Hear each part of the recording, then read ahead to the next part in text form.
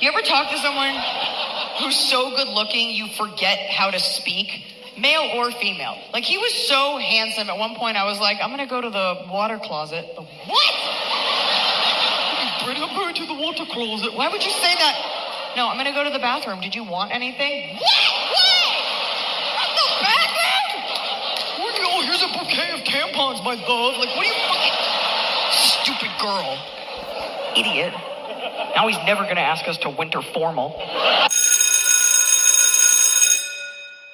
Good morning. It's Saturday, Rules Saturday, March the 28th, and this is The True Conservative. Welcome to all the butchers, bakers, and candlestick makers out there. I'm Ron, your host, and the only true conservative in the United States today. So today, after the Serenity Prayer and the patriotic song of the day, we will have no free lunch, rules for retrogrades, and the Mossad. All that and more when I get back.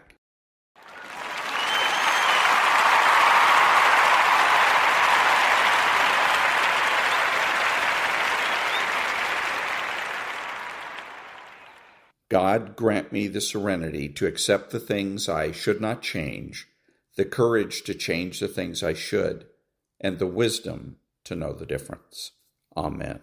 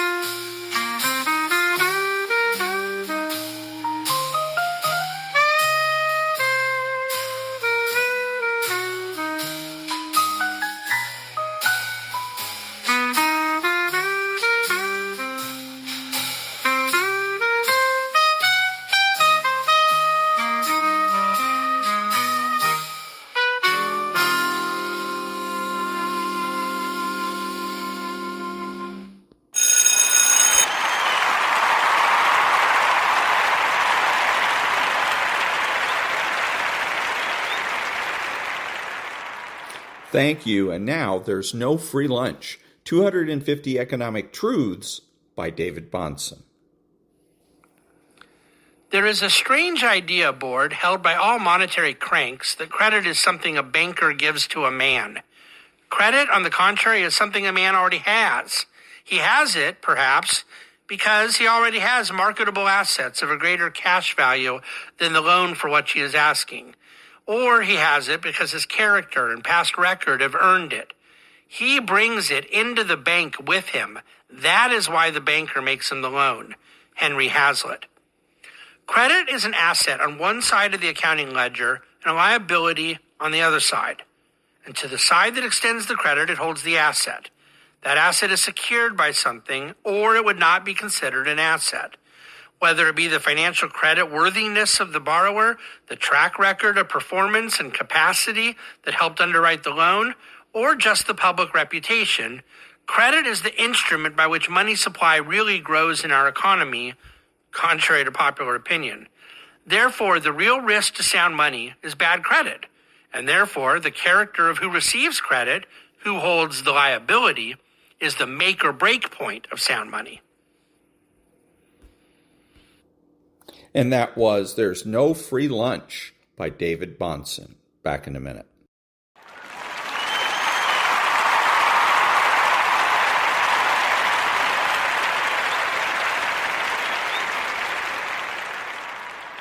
Thank you.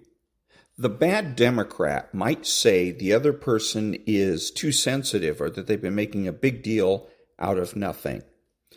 These dismissals are designed to invalidate the experience of the person they've harmed. It's not just that they don't feel remorse, it's that they actively resent the expectation of it. To the bad Democrat, being called out is more offensive than the original offense. They feel more inconvenienced by the emotional reactions of others and often see empathy as weakness or sentimentality. The implications of this are profound in relationships, workplaces, and communities.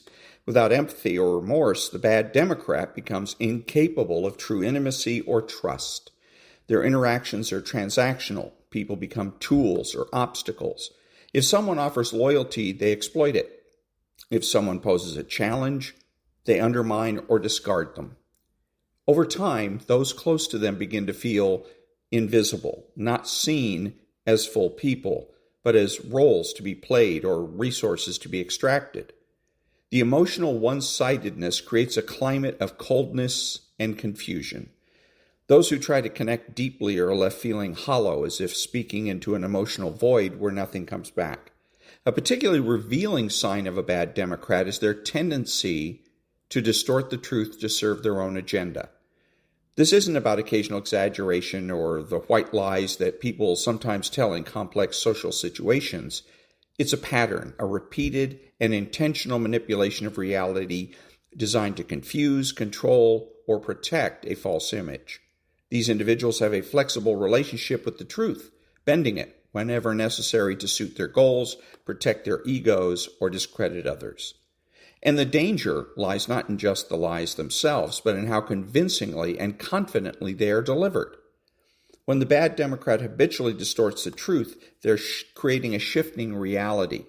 They rewrite events, omit key details, reframe conversations, and selectively emphasize certain facts while burying others.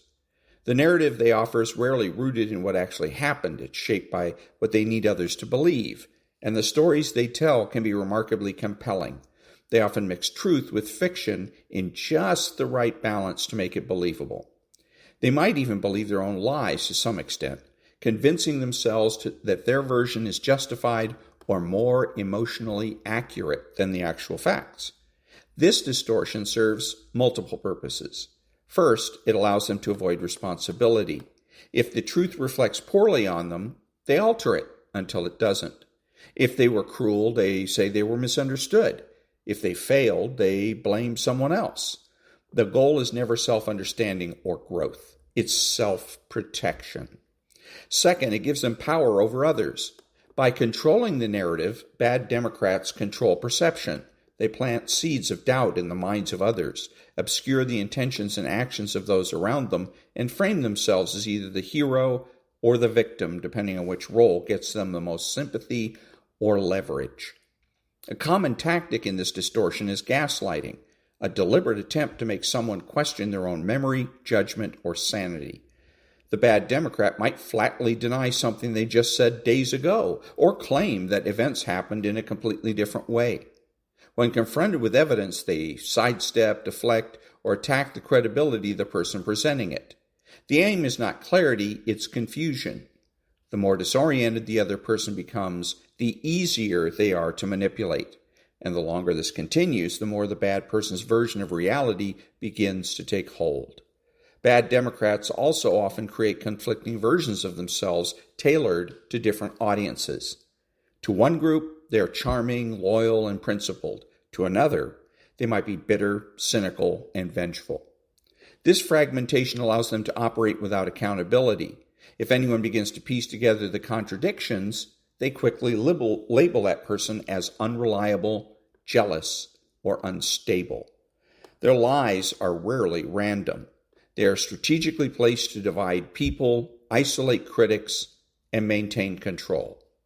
Over time, they build a web of deceit so intricate that even they struggle to keep track of it. What makes this behavior so destructive is that it erodes the basic foundation of trust. When truth becomes negotiable, relationships begin to crumble. People can't rely on what was said, can't resolve conflicts with clarity, can't build anything stable. The person who distorts the truth introduces a fog into every interaction, and that fog makes it impossible to see things clearly. It becomes hard to tell who said what actually happened, or how someone truly feels. This destabilization is not a side effect. It's the point. It keeps others from being able to challenge or confront them effectively. The worst part is that when they are eventually caught, they rarely express remorse. Instead, they pivot. They spin a new story, they accuse others of lying or conspiring against them, or they simply move on, unconcerned with the wreckage they've left behind. For them, truth is not a value, it's a tool. And as long as it can be shaped, hidden, or weaponized, they will never hesitate to do so.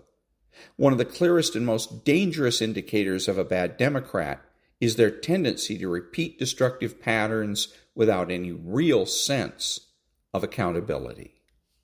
Back in a minute.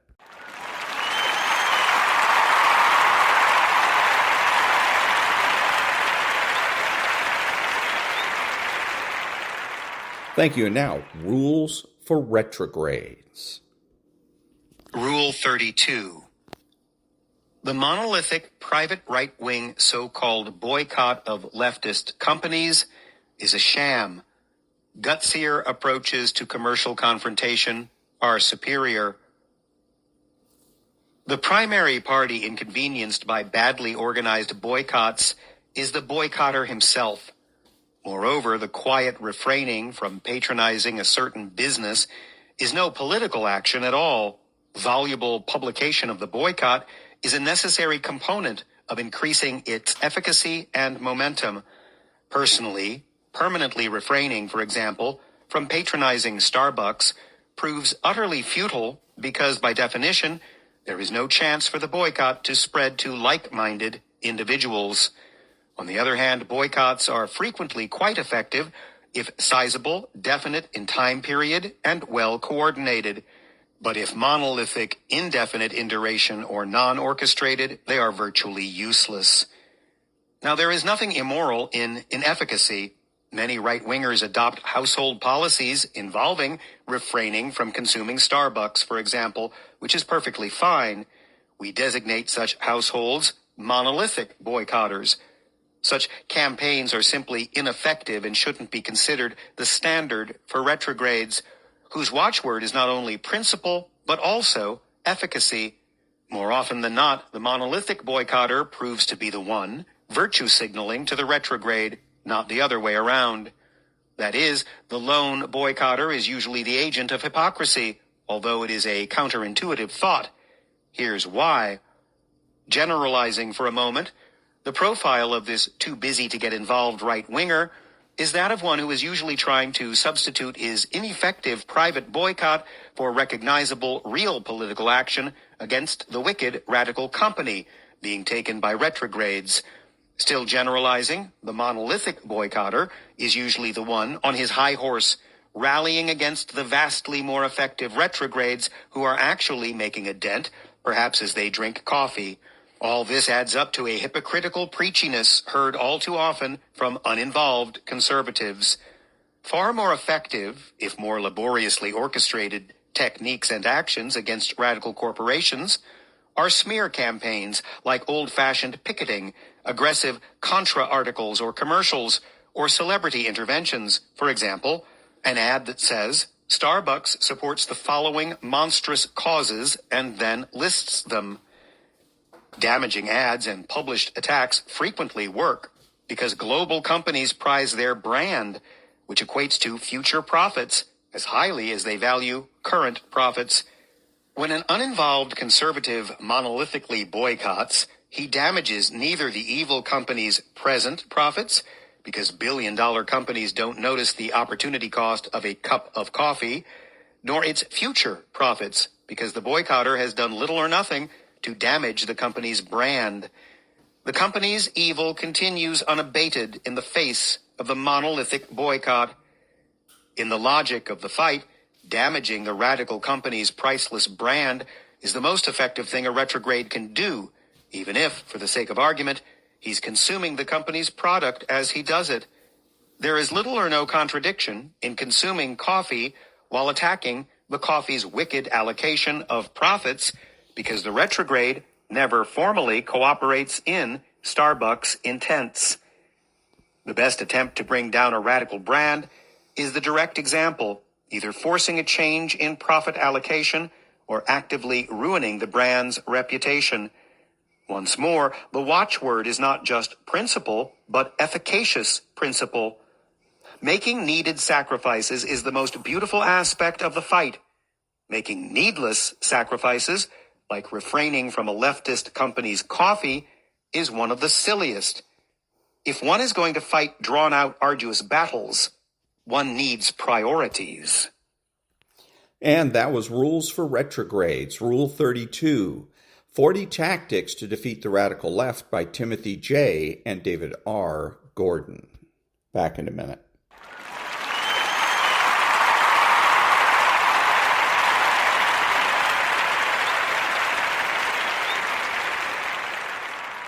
Thank you, and now, the Mossad. The night over the Gulf of Suez was so dark that the sea and sky blurred into a single mass. Somewhere out in that blackness, far from the shoreline, 20 men in black wetsuits slipped quietly into the water. They moved without a word, just the soundless rhythm of their bodies cutting through the waves. Ahead of them waited a structure that their enemies believed no one could reach and live: Green Island. To those who had studied it from afar, Green Island looked less like a modern base and more like a fortress dragged out of another century. It stood on an artificial platform built by the British during the Second World War, originally intended to guard the southern entrance to the Suez Canal from Axis ships. Concrete and steel rose several meters above the waterline, forming a self-contained outpost about 3 kilometers off the Egyptian coast. Over time, engineers had added layer after layer of fortification until the place resembled a floating citadel.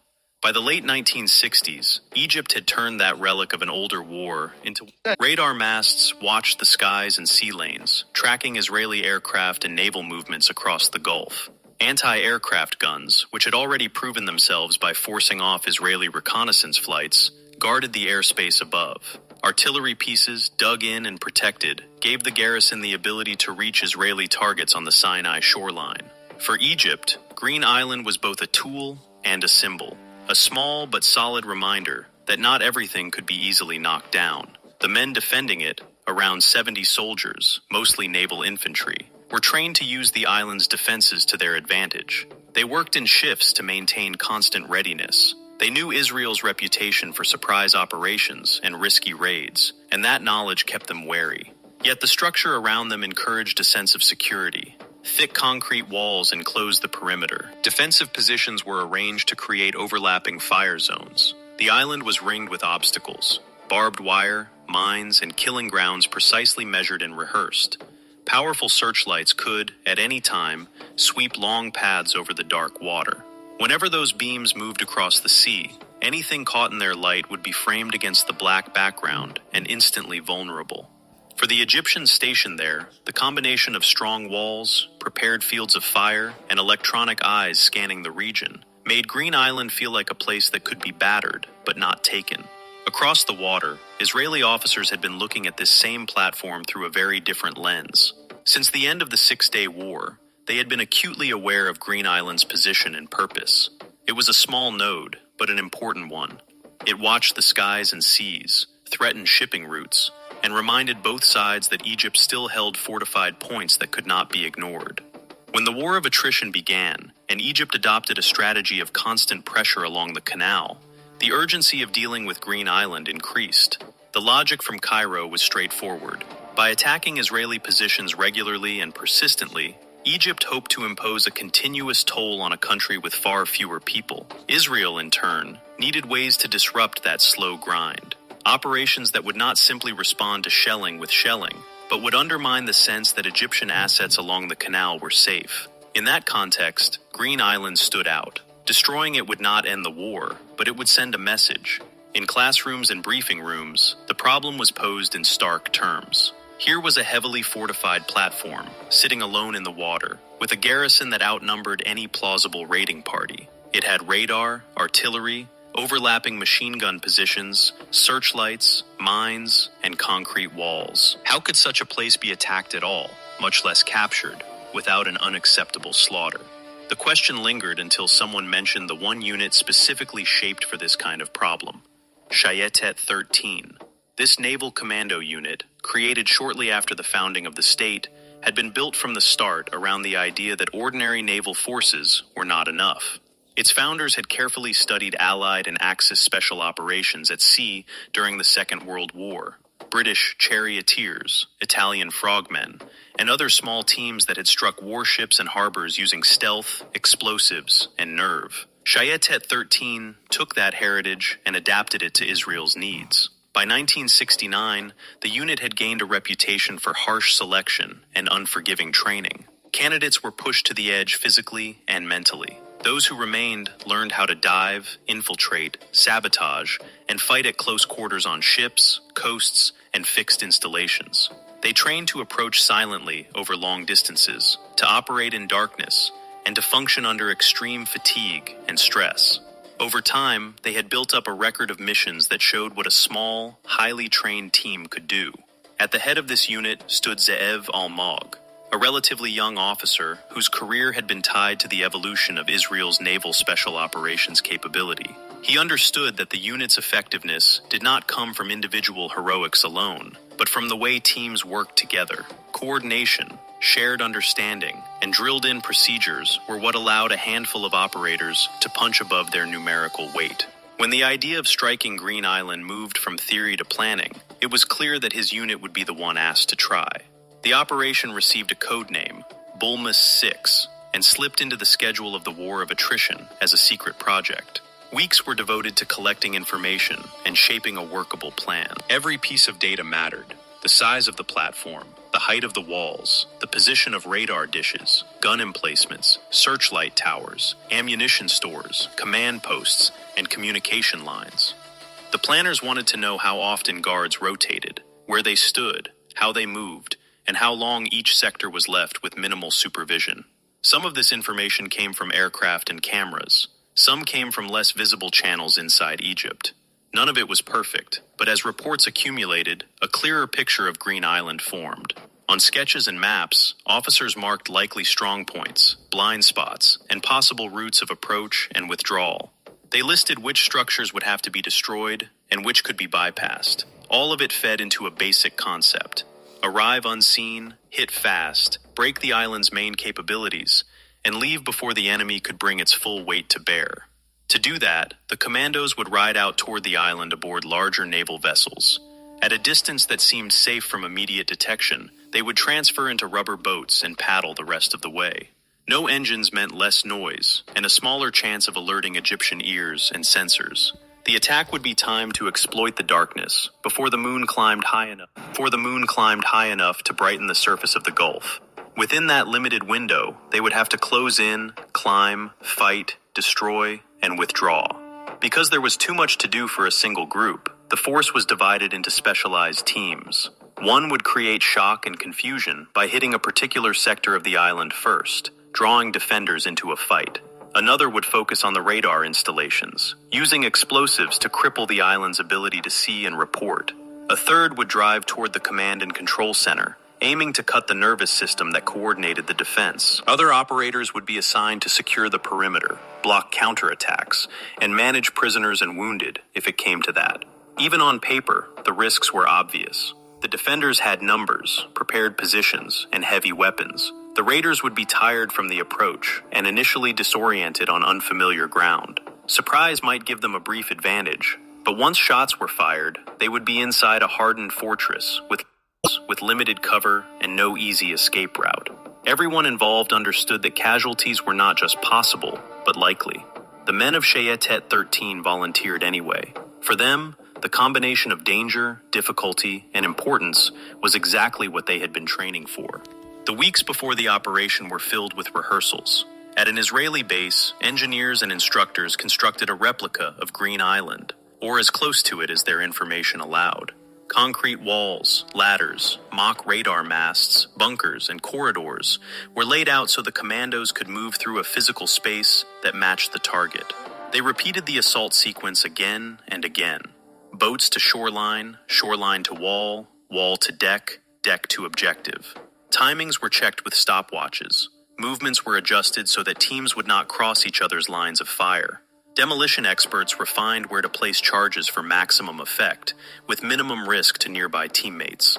Communications were tested, then simplified, then tested again. Short, clear signals instead of long, complex exchanges that would be impossible to maintain in battle. Training sessions did not spare them physically. The operation would require paddling, swimming, climbing, sprinting, and fighting in quick succession, then doing much of that again in reverse order during the withdrawal. Instructors pushed the men through drills that combined long swims with immediate mock assaults, preparing them to keep functioning when their muscles burned and lungs demanded rest they would not get. As the date of the raid approached, intelligence updates kept tweaking the plan. Searchlight patterns were revised. Guard habits were adjusted in the mock-up to reflect new reports. Each small change forced the teams to adapt, reinforcing the idea that the real operation would not unfold exactly as drawn on a map. The point of rehearsing was not to perfect a fixed script, but to prepare for a range of possibilities within a known environment. In the final briefings, Almog addressed his men with direct honesty. They were going into a fortified position, at night, in small numbers, against an enemy who knew the layout and would be fighting for survival. No plan would survive first contact unchanged. Fear, he told them, was unavoidable, but not decisive if they trusted their training, their teammates, and their purpose. When the chosen night came and the naval vessels began to move out, the questions left were no longer theoretical. Somewhere ahead, beyond the reach of the deck lights, lay a concrete platform filled with armed men who believed they were safe. Somewhere behind, on the Sinai coast, lay home, safety, and the families who would not know where their sons and husbands were that night. The commandos of Shayetet 13 stepped into the dark water between those two worlds and began the long, silent approach toward Green Island. The sea closed over their heads as they slid away from the relative safety of the larger vessels. In the darkness, the rubber boats and the men inside them were almost invisible. Paddles dipped and rose in unison, pushing the craft steadily toward the unseen platform ahead. Apart from the faint sounds of water and breath, the Gulf was silent. What little the commandos could see came from the sky. A few stars cut through the haze, giving just enough reference to keep their sense of direction. The outline of Green Island emerged only gradually, a darker block against the not-quite black horizon. As they drew nearer, points of artificial light appeared, a glow from inside the structures, movement of patrols, and, most dangerously, the sweeping arcs of searchlights probing the water. Those beams were the immediate threat. Each sweep traced out corridors of visibility that could expose any boat crossing them. The men in Sheatet 13 had studied the timing and angles of those lights in their rehearsals, memorizing patterns that were likely to recur. Now, on the real approach, they made small course adjustments, using those brief windows of darkness between. The margin for error was brutally small. A misjudged movement could mean the difference between a silent landing and a firefight in the water. Eventually, the boats reached the point where it was no longer wise to remain together and afloat. The plan called for the men to enter the water and complete the approach by swimming, fragmented into smaller groups that could reach different parts of the platform. Quietly, they slipped over the sides. Cold surrounded them, but there was no time to dwell on discomfort. Each team leader oriented on the looming shape of the island and began the last leg of the approach. The climb itself had been practiced again and again on the mock-up, but the real wall felt harsher. The concrete was wet and slick with marine growth. Hands and feet searched for holds, while teammates steadied the ladders, keeping them as stable as possible against the vertical face. One after another, dark figures pulled themselves up and over the edge, spreading out just inside the perimeter. For a few breaths, everything held.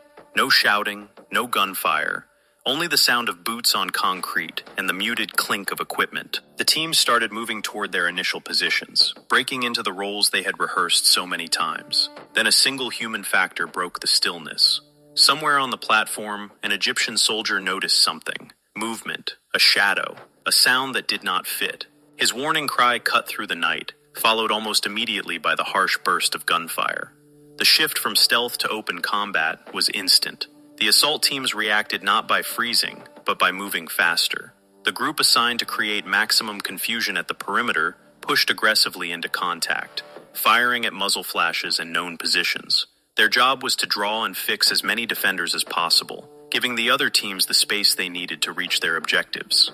For the commandos, the battlefield was a tangle of partial impressions. Light came in short, violent bursts from gunfire, grenades, and flares. Each flash revealed fragments of the scene, walls, bodies, weapons, only for darkness to swallow them again. Sound became the primary sense, shots cracking past, shouted orders in different languages, the dull thump of explosions against concrete, and the sharp ring of metal fragments. In this chaos, the team heading for the radar installations fought to maintain direction. They navigated by memory and instinct, moving between structures and low walls toward the cluster of equipment they had studied in photographs. The building housing the radar systems came into view at close range, more a dark mass than a clear shape. Under covering fire from their teammates, the demolition specialists closed in. Charges were placed quickly, guided by prior planning. The commandos had already determined which components needed to be destroyed to blind the installation effectively. While they worked, others took up positions to repel defenders, converging on the noise and flashes. When the explosives detonated, the result was both physical and symbolic. Radar dishes and electronics shattered, and the brief, searing light of the explosion painted the entire platform in stark contrast. Elsewhere, the team tasked with the command and control area was fighting its own battle. Their route forced them across stretches of open ground, exposed to defending fire. Bullets struck sparks from concrete near their feet and shoulders. Two of the commandos went down during this advance, wounded badly enough that they could no longer continue forward. The rest pushed on, hauling themselves to cover by sheer will and momentum. Reaching the command building, they found doors and windows defended by desperate soldiers, who understood that if this point fell, their ability to coordinate the fight would collapse. The assault turned into brutal, close-quarters combat. Hallways narrowed the space so that everything happened at arm's reach. The distinction between offense and defense blurred. Each corner could hide a threat. Each doorway might conceal a last attempt to turn back the attackers. Inside and outside the structures, small groups of men made life-and-death decisions faster than conscious thought. Training guided their movements, how to clear a room, how to stack in a doorway, how to react when a teammate fell. The plan that had looked neat on paper dissolved into a set of overlapping improvisations, tied together only by the shared goals burned into the mind of every operator before the mission began. Across the platform, Ziev Almog moved under fire, trying to keep track of the shifting situation. He checked on key teams, redirected individuals, and adjusted priorities as new information reached him. At one point, a shot caught his leg, tearing into muscle and threatening to slow him down permanently. Field dressings and pain tolerance kept him moving. As long as he could still direct and communicate, he refused to withdraw from the fight he had helped shape. Gradually, the weight of the assault began to tell. Position by position, the defenders were forced back, pinned down, or overrun. The radar systems, once the eyes of the island, were now ruins. Artillery and heavy weapons that had dominated approaches to the island were either destroyed, disabled, or under the control of the raiders. The command post, after its brutal internal battle, was taken. Resistance did not vanish all at once, but what remained was increasingly fragmented. Some Egyptian soldiers continued to fight from isolated strongpoints, using every corner and piece of cover they could find. Others, wounded or cut off, could no longer shape the battle. A number of survivors, realizing the situation was hopeless, surrendered when the commandos reached them. For the raiders, each surrender was a double-edged reality. One less gun pointed at them, but one more body to control and move during withdrawal. When it became clear that organized resistance had collapsed, the focus shifted from assault to consolidation. The commandos began to take quick stock of the situation. The scene around them was an ugly mix of broken concrete, shattered equipment, bodies, smoke, and fire. Green Island, so recently presented as a symbol of secure strength, now looked like a fort that had been stormed and taken in a single, violent night. The cost of that achievement was visible on both sides. The Israeli force, small to begin with, had paid dearly. 6 of the 20 commandos were dead. Their bodies lay at different points on the platform, near ladders, beside gun positions, in corridors darkened by smoke. Among them was the officer who had led the Northern Assault Team, a figure whose forward leadership had carried his men through some of the fiercest moments of the fight. 9 others were wounded, some with injuries that would heal, others with damage that would mark them for life. Medics and teammates moved from casualty to casualty, using the supplies they had carried in. They stopped bleeding, stabilized limbs, and tried to keep shock at bay. There was no time for long treatment. The goal was to make sure the wounded were able to survive the movement off the island and into proper care later. The Egyptian garrison had suffered heavier absolute losses. Many of the original defenders were dead. Those who lived and could no longer resist were rounded up, searched, and secured as prisoners. For the commandos, these prisoners were both a responsibility and a potential source of intelligence. Yet each additional man under guard added to the logistical burden of the withdrawal. All this was happening against the ticking clock of the wider battlefield. The guns had roared long enough for any competent command to know something was happening at Green Island. Reinforcements from the Egyptian mainland were not a vague possibility, they were an expectation. The commandos had taken the island, but they did not intend to hold it. Their mission was to cripple its capabilities and then escape with their lives, their wounded, their dead, and if possible, their prisoners. The same stretch of water that had served as an avenue of approach now threatened to become a trap. The men of Shayetet 13 were more tired than when they had first entered it. Their muscles had already carried them through paddling, swimming, climbing, and fighting. Now they had to summon the strength for one more passage, back to the boats, back to the ships, and away from the platform that was beginning to burn behind them. Leaving the island was, in some ways, harder than taking it. The adrenaline that had driven the assault began to ebb, replaced by exhaustion and pain. The commandos had to shift their mindset from aggressive advance to careful extraction, all while knowing that enemy reinforcements could appear at any moment from the mainland. The wounded were the first concern. Some could still move under their own power, helped along by teammates. Others needed support for every step. For the most severely injured, improvised flotation was essential. Boards, equipment cases, and any buoyant material that could be secured were turned into makeshift supports. The plan had accounted for the possibility of casualties, but seeing it play out in reality added a raw human weight to what had once been lines on a briefing slide. Prisoners complicated the picture further. The Egyptians who had surrendered were bound and gathered under guard. They could not be left behind, yet they would slow down the withdrawal and consume space in the boats. Even so, abandoning them was not considered. Those in charge of the extraction accepted the added burden as the price of doing the job the way they believed it had to be done.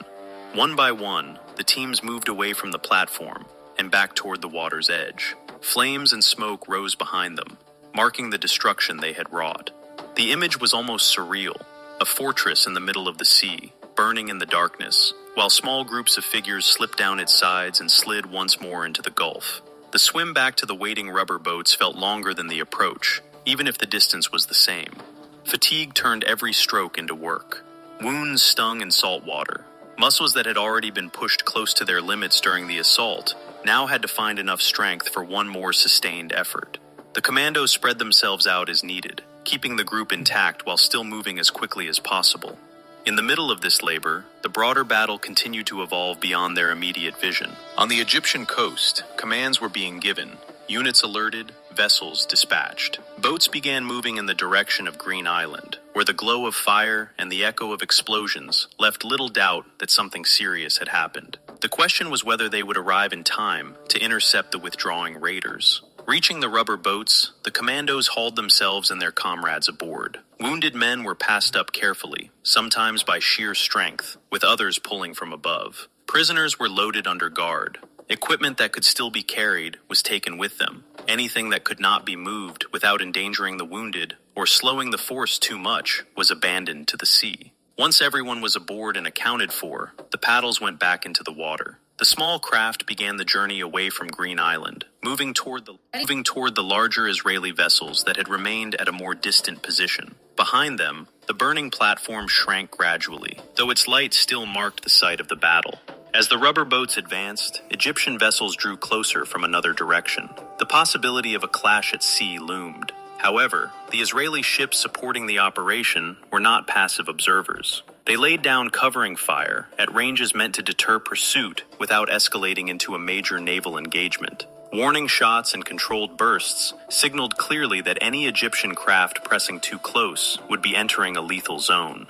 Whether because of that threat, confusion about the exact situation, or simple caution, the Egyptian boats did not close in enough to directly intercept the retreating commandos. Eventually, the distance between the forces stabilized and then widened as the raiders neared their own ships. The last phase of the withdrawal, climbing up from rubber boats to the decks of the larger vessels, was physically draining but straightforward. Once the commandos were aboard, the ships turned away from the area and headed back toward the safety of Israeli-held territory.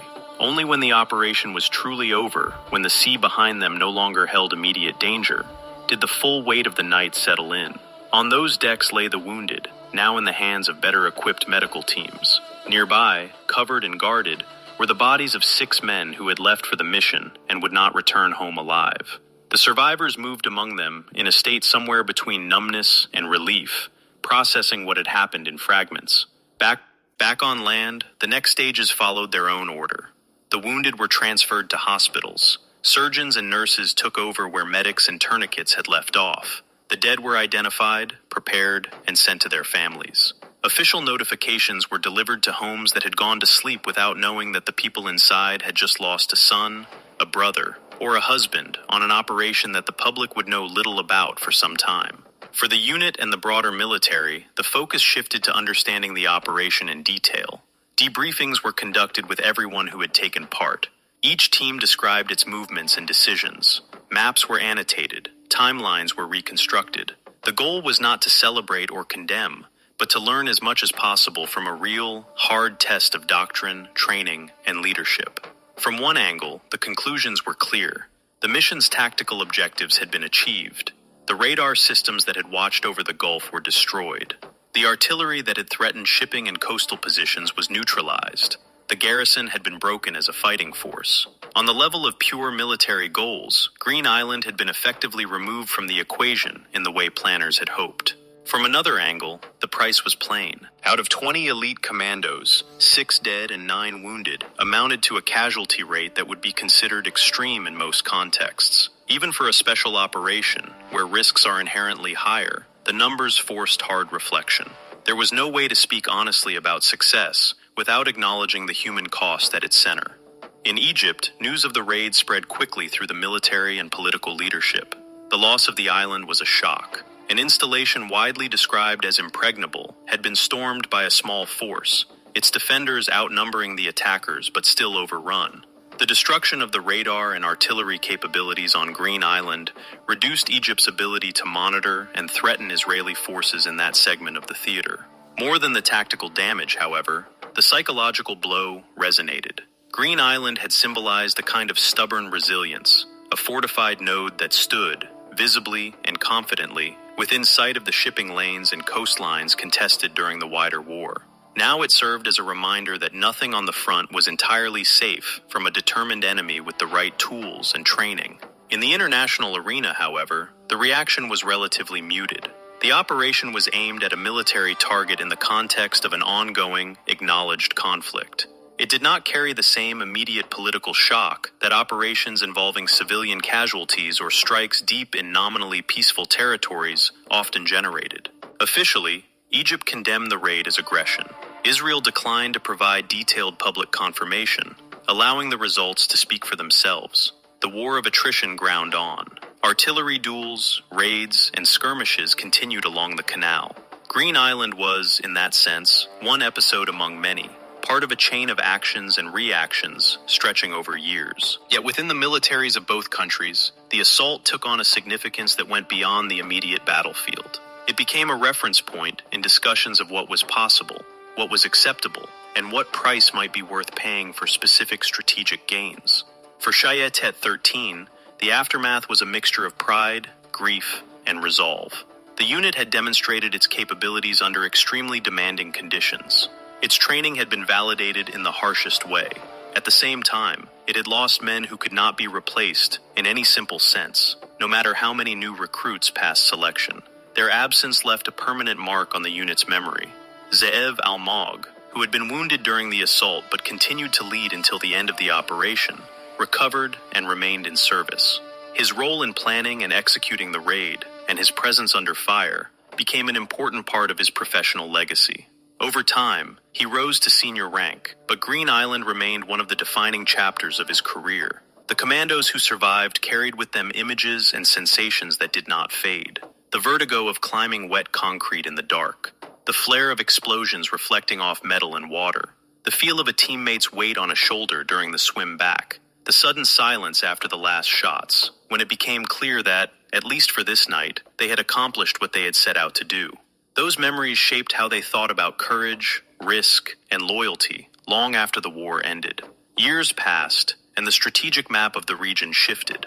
The war that had framed Operation Bulmus 6 receded into history. The 1979 peace treaty between Egypt and Israel redrew borders and obligations, returning the Sinai Peninsula to Egyptian control and redefining the military realities along the canal. In that new context, Green Island no longer occupied the same central place it had during the War of Attrition. The platform itself, however, did not vanish. It remained standing in the Gulf of Suez, a slab of concrete and steel anchored in the water. Over time, the Egyptian military repaired much of the physical damage. Defensive positions were restored or replaced. A smaller garrison returned. Yet one notable feature was not fully rebuilt to its former importance: the island's role as a key radar node. The primary tactical purpose that had driven Israel to risk 20 elite commandos that night was not recreated in the same form. Green Island's value became more modest and situational, rising and falling with changes in regional tensions and military technology. Even so, the scars of the battle remained visible.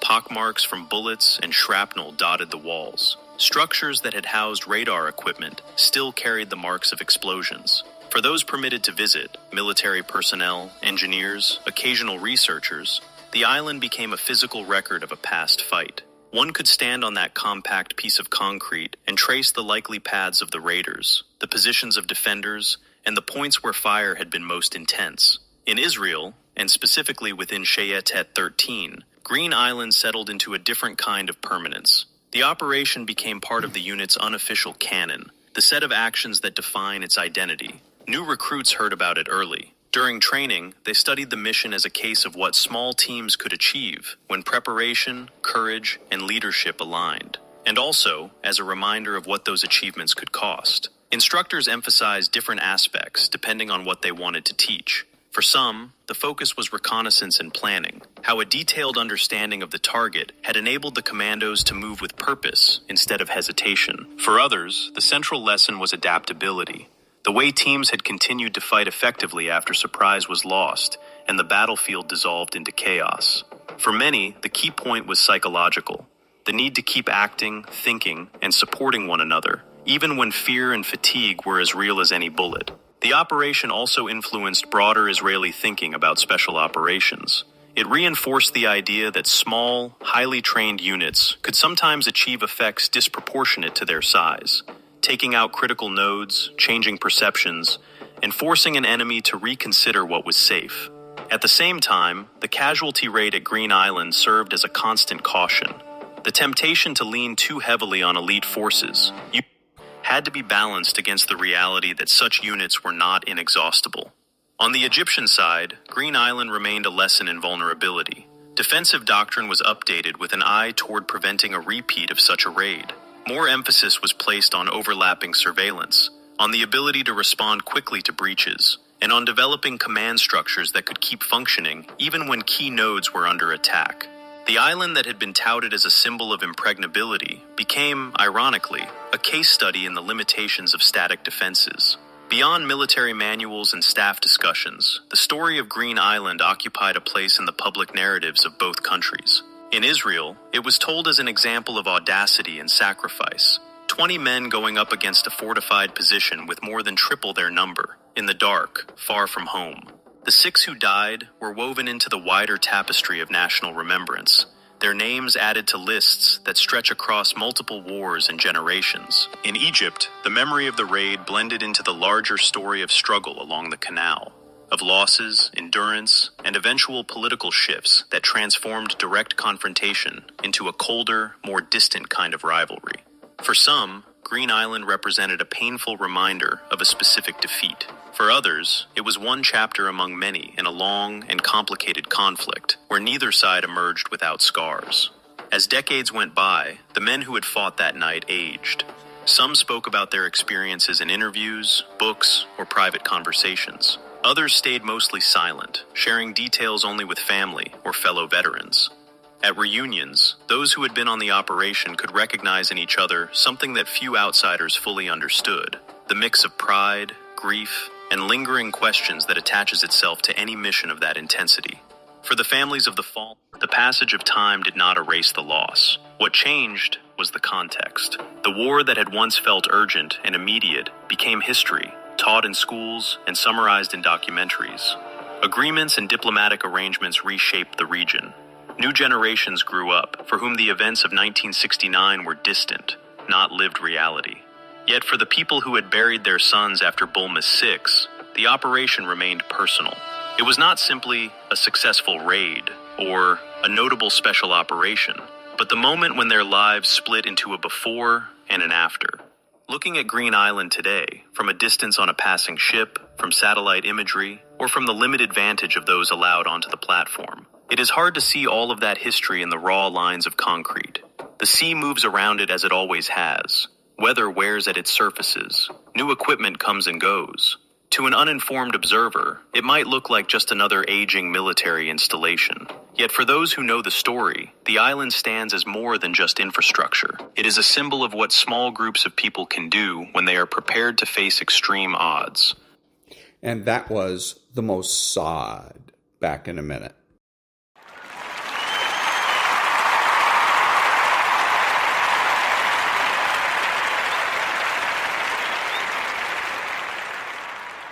Thank you. This is Ron, your host, the only true conservative in the United States today, bidding adios to all the butchers, bakers, and candlestick makers out there, and reminding you that you're not neutral and that the government has no rights.